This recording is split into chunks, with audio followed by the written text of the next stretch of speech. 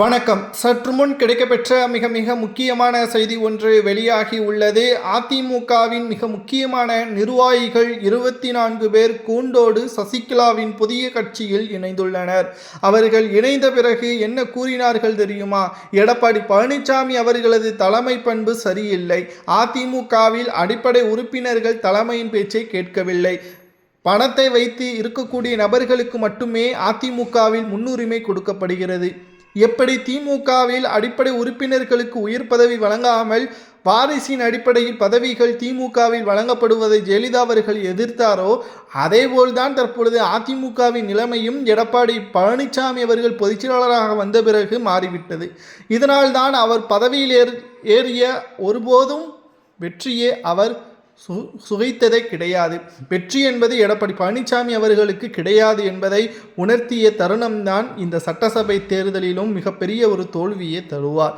நாங்கள் சசிகலாவிற்கு ஆதரவாக போவது பணத்தை முன்வைத்து கிடையாது.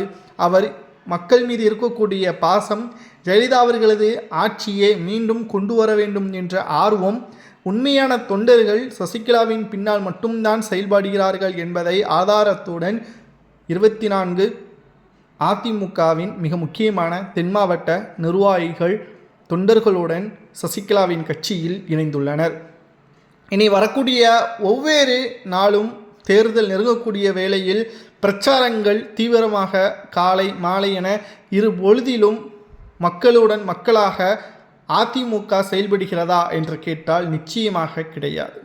அதிமுகவை பொறுத்தளவிற்கு பணமும் அதிகாரமும் பாஜகவின் பேச்சை கேட்டு செயல்பட்டால் ஏதேனும் ஒரு ஆளுநர் பதவி கிடைத்து விடாதா என்ற ஒரு போராட்டத்தில்தான் அவர்களது வாழ்க்கை தினம்தோறும் சென்று கொண்டிருக்கிறது.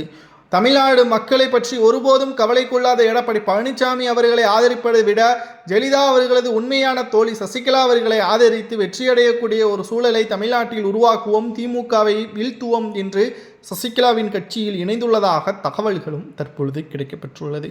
அவர்கள் கூறுவதும் உண்மைதான். எடப்பாடி பழனிசாமி அவர்கள் பதவியேற்றதிலிருந்து ஒரு தேர்தல்கள் கூட வெற்றியடையவில்லை. மாறாக கட்சியை பிரித்து நிர்வாகிகளை கட்சியிலிருந்து நீக்கி முழுமையாக தனது அதிகாரத்திற்கு அதிமுக வர வேண்டும், தொண்டர்கள் எனது பேச்சை தான் கேட்க வேண்டும் என்ற நடவடிக்கைகளை தான் மேற்கொண்டுள்ளனர். அவர் நினைத்தபடி எல்லாம் நடந்து விட்டதா? அவர் நினைத்தபடி அதிமுகவை கைப்பற்றி விட்டார். அதிகாரங்கள் அவரிடம் இருக்கிறது.